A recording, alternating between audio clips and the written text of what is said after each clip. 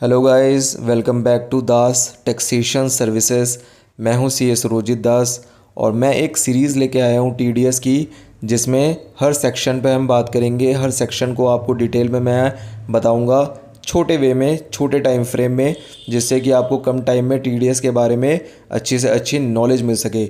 192 से लेकर 194S तक ये जितने भी आपके नंबर ऑफ़ सेक्शंस हैं, मैं आपको उसकी हर एक वीडियो में एक सेक्शंस हम डिस्कस करेंगे और उसके बारे में डिटेल में हम एनालाइज करेंगे।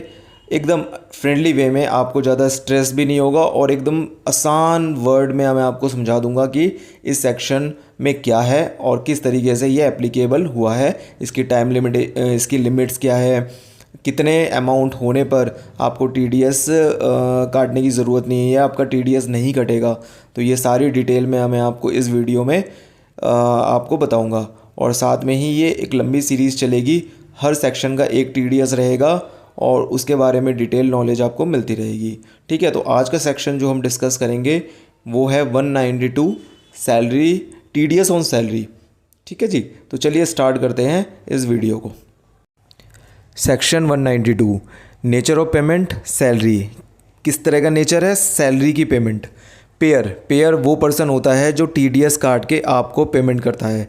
तो वो कोई भी पर्सन हो सकता है, एनी पर्सन। पेई, जिसको रिसीव हो रहा है अमाउंट। एम्प्लॉय, चाहे वो रेजिडेंट हो चाहे नॉन रेजिडेंट हो। स्लैब रेट के हिसाब से आपका टीडीएस कटेगा। ठीक है जी। एडिशनल पॉइंट्स हमारे पास क्या क्या हैं? Employer required to deduct TDS only at the time of payment. Payment जब एम्प्लॉयर एम्प्लॉई को करेगा तभी वो टीडीएस काटने के लिए रिस्पॉन्सिबल होता है। ठीक है। If employee intend to opt out from default taxation under section 115 BAC, अगर एम्प्लॉई जो है वो ऑप्ट आउट करता है, ऑप्ट आउट मतलब 115 BAC, ये न्यू स्कीम है टैक्सेशन की, अगर वो वहाँ से ऑप्ट आउट कर जाता है या बाहर निकल जाता है and submit declaration to employer, then employ shall deduct TDS as per normal rates, otherwise as per section 115 BAC।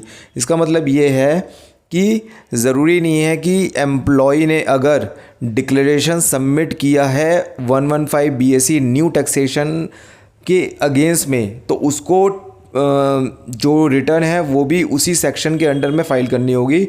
वो किसी भी सेक्शन में उसको फाइल कर सकता है, चाहे ओल्ड स्कीम हो चाहे न्यू स्कीम हो। ठीक है जी। Employer shall consider details of other income and deduction of employee if furnished by employee. Employee has to submit evidence of such deduction, exemption and losses. जो एम्प्लॉयर है वो TDS काटने से पहले सारे इनकम और सारे डिडक्शन को कंसीडर करेगा जो भी आपने दिए हो, विथ एविडेंस के साथ।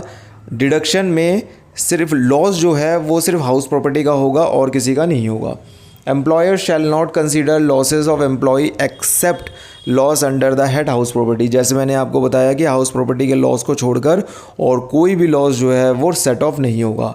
If employer bear the tax on non monetary perquisite, then this need not be deducted from the salary of the employee.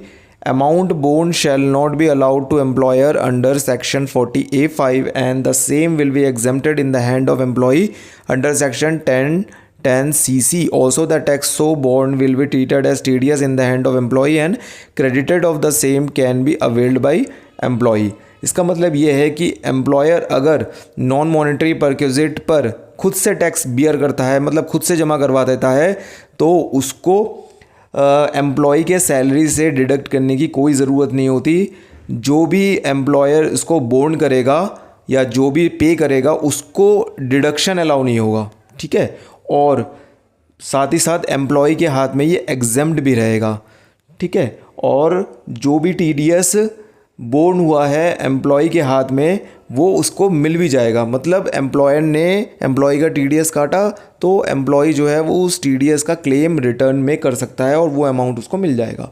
Where the employ has work with more than one employer during the year और employ change the job during the year, he may furnish the detail of his salary and TDS deducted by one employer to other employer.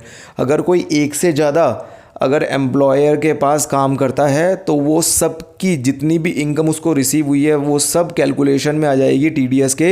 एक employer को दूसरे employer की detail देनी पड़ेगी। जो भी letter वाला होगा, जो भी बाद वाला एम्प्लॉयर होगा, तो उसको पहले वाले एम्प्लॉयर जहाँ से आप छोड़ के आए हो उसकी डिटेल आप उसको दोगे। When firm pay salary to partner section 192 is not attracted, अगर फर्म अपने पार्टनर को सैलरी पे करता है तो ये 192 में नहीं आएगा, ये सैलरी पीजीपीपी में आएगा, profit and gain from business and profession.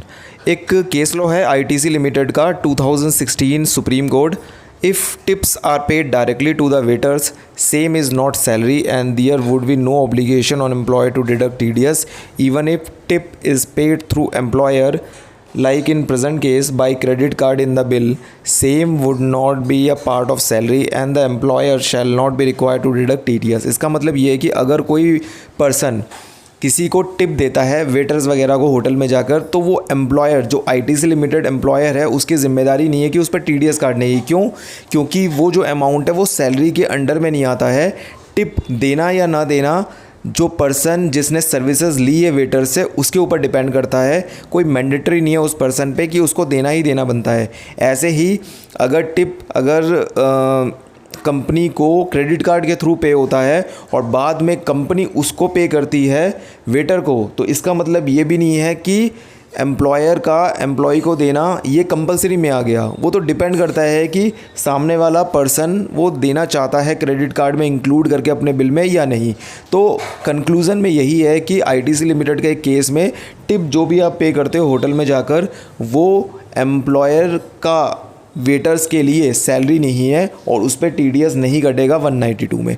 तो ये डिटेल में आपको 192 में मैंने आपको अंडरस्टैंडिंग वाली चीज़ें बता दी, जिस पे आपने काफ़ी हद तक अगर नहीं समझ में आया तो आप मुझे कमेंट करके बता सकते हो कि किस पोर्शन में आपको समझ में नहीं आया।